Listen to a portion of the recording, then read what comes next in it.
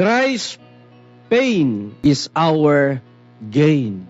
Apan ang Dios nagapakita sa iyang gugma nga ni kanato, nga samtang kita mga makasasala pa, si Kristo namatay alang kanato. Bis kita maunta ang dapat ilansang sa cross, kita unta ang mamatay tungod sa atong mga sala.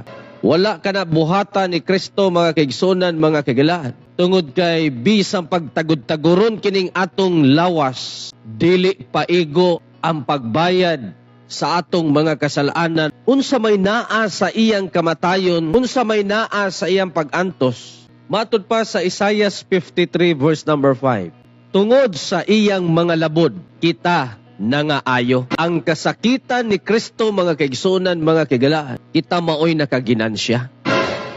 Ang iyang mga labod, ang iyang mga bunog, ang iyang mga samad, taliwala ni anan tanan, kita maoy nakabenepisyo. Gani, gisamaran siya tungod sa atong mga sala. Napango siya tungod sa atong pagkadautan. Giantos niya ang kastigo nga maoy nakaluwas kanato og pinaagi sa iyang mga labod na nga ayo kita. Christ's pain is our gain.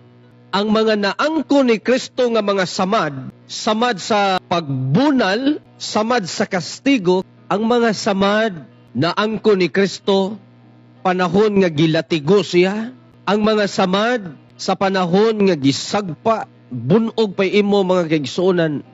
Kadtong mga samad nga naangko ni Kristo tungod to sa atong mga sala.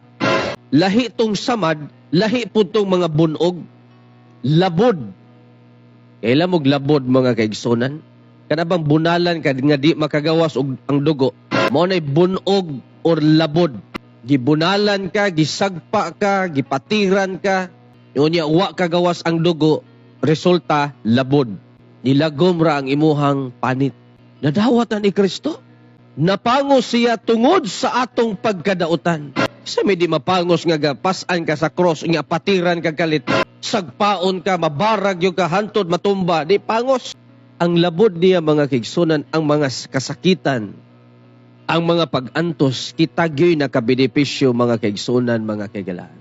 Ang sagpa, bunal, giludan pa yun siya, luwa, syagit, agulo, ang pingit mga kaigsunan, mga kaigalaan, kita ang nakaginansya.